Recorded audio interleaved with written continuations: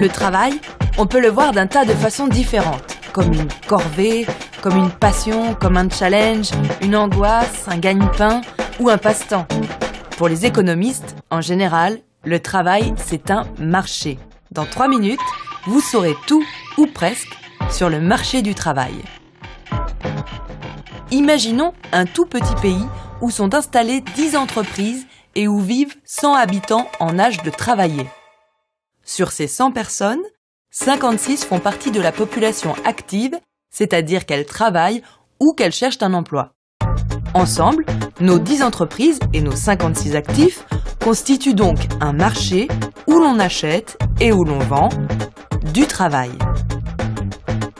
Comme tout marché qui se respecte, celui du travail est basé sur l'offre, c'est-à-dire les travailleurs, et la demande, c'est-à-dire les entreprises. Comme les travailleurs les plus qualifiés sont plus productifs que les non qualifiés, les entreprises sont prêtes à les payer plus cher. Mais le marché du travail est très segmenté. Une usine d'espadrilles n'embauchera pas d'ingénieur auto, aussi compétent soit-il. Pas plus qu'un constructeur automobile n'embauchera de cosmonautes. Et puis le prix du travail dépend aussi des circonstances. Dans une situation de plein emploi, les travailleurs disponibles sont rares, si bien que les salaires montent. En période de chômage, au contraire, l'offre de travail devient surabondante et les salaires baissent. Mais revenons à notre mini-pays où une part importante de la population active travaille dans les mines d'harponium. Les mineurs gagnent plutôt bien leur vie, jusqu'au jour où on invente l'harponium de synthèse. Brusquement, l'activité des mines chute de façon spectaculaire, le chômage explose et on recense bientôt 5 chômeurs, soit presque 9% de la population active. Notre minuscule marché du travail est inondé par ces 5 mineurs qui ont besoin de travailler, mais dont les compétences sont devenues obsolètes. Ils acceptent donc des postes avec des salaires très bas et deviennent des travailleurs pauvres, des gens qui ont un emploi mais qui ne parviennent plus à boucler les fins de mois. Devant cette situation inédite, le gouvernement réagit en instaurant un salaire minimum. Les plus bas salaires augmentent fortement, ce qui fait sortir les plus pauvres de la misère. Le problème est que cette augmentation soudaine du coût du travail menace la compétitivité des entreprises. Si elles ne veulent pas augmenter leur prix, elles vont devoir faire des économies. Par exemple, en remplaçant certains salariés par des machines ou en délocalisant la production vers des endroits où la main-d'œuvre est moins chère. Le salaire minimum améliore la situation des uns, mais risque de mettre les autres au chômage. Que faire ? En fait, on va imaginer non pas 1, mais 3 pays minuscules confrontés au même problème. Que faire donc ? Dans le pays numéro 1, on supprime le salaire minimum et on laisse le marché fixer seul le coût du travail. Les salaires des moins qualifiés baissent fortement.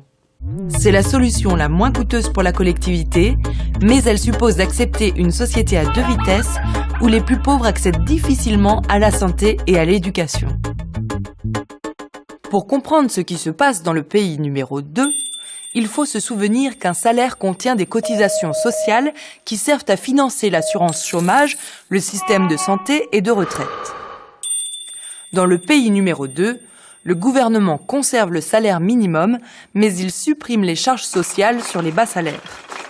Grâce à cette exonération, le coût du travail non qualifié diminue pour les entreprises sans que le pouvoir d'achat des salariés ne baisse.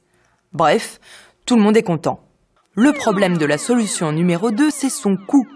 Les charges économisées par les entreprises sont compensées par l'État, et donc par les contribuables. Dans le pays numéro 3, le gouvernement considère qu'il faut augmenter la productivité des travailleurs non qualifiés en finançant des programmes de formation. C'est coûteux pour les salariés, les entreprises et l'État. Mais ça permet aux travailleurs et aux entreprises de s'adapter aux évolutions techniques de leur métier. Voilà, tiens, j'ai une petite devinette. Quelle solution faut-il choisir ? La 1, la 2, la 3 ? Dans le monde réel, les 3 solutions coexistent. Elles sont privilégiées respectivement aux États-Unis, en France, au Danemark. Laquelle est la meilleure ? Là, les économistes se grattent la barbe. Il est particulièrement difficile d'évaluer les effets à long terme des politiques publiques. quels chiffres faut-il prendre en compte? Le taux de chômage? Le chômage de longue durée? La productivité? Et puis, au-delà des chiffres, ces solutions différentes résultent d'histoires nationales, de modèles économiques et de choix politiques différents. Le marché du travail, parce qu'il occupe une place sociale et humaine particulièrement forte, n'est pas un marché homogène.